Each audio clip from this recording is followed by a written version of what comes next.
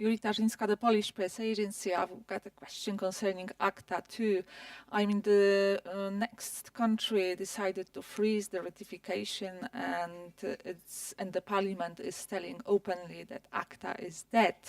And I'd like to ask, what is the opinion of you, Commissioner, whether ACTA is dead, and would you recommend countries right now to wait for the ETS ruling with the final decision? Thanks.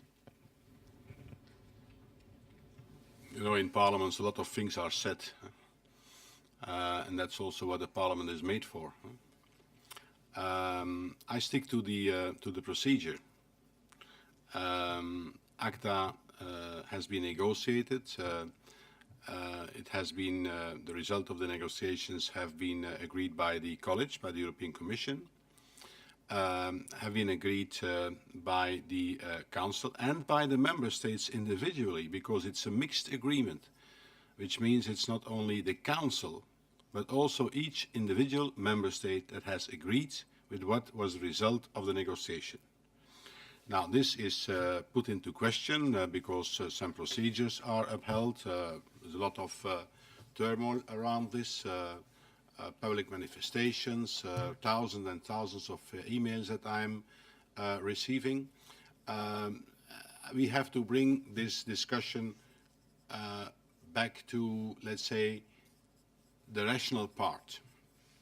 And I believe that the only way to do so is ask a third party, which is certainly to be considered as completely independent, to ask for an opinion on this and to give us the right balance between the freedom of expression, the free access to information, data protection, and property rights, intellectual property rights.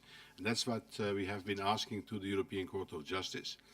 I would expect all member states to wait the outcome of the procedure before the Court of Justice before they take any final decision on their national procedure.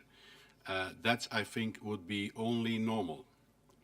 The more so that the European Treaty has an interesting provision on loyalty. Once you have taken a decision in the Council on an agreement, and on top of that you also took those decisions individually, unanimously on top of that, then the least one can ask is that everybody now waits till there is a result of the demands that we have been introducing or will be introducing in the coming days with the European Court of Justice.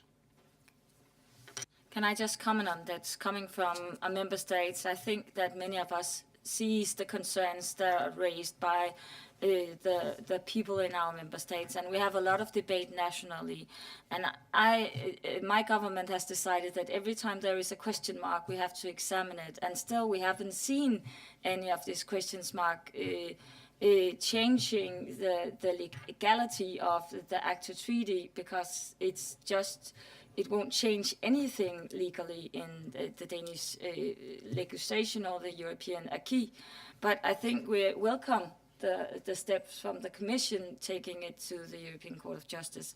And then just about the process, because there's a lot saying that now they're not ratifying, but actually the first part was signing. The member states were signing because they actually went into an international agreement. Not only the European Commission did it, but also the member states.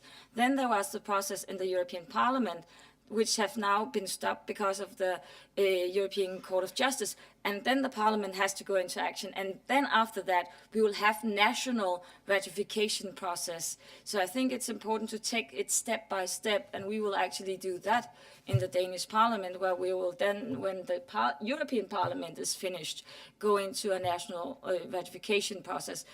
So I think it's important not to jump to the conclusion before all these steps are taken of the process. Thank you very much. That was the last question and answer of this press conference. Thank you all for coming and asking your questions. Thanks to the Commissioner and Minister for answering. And thanks to the interpreters. Have a nice weekend.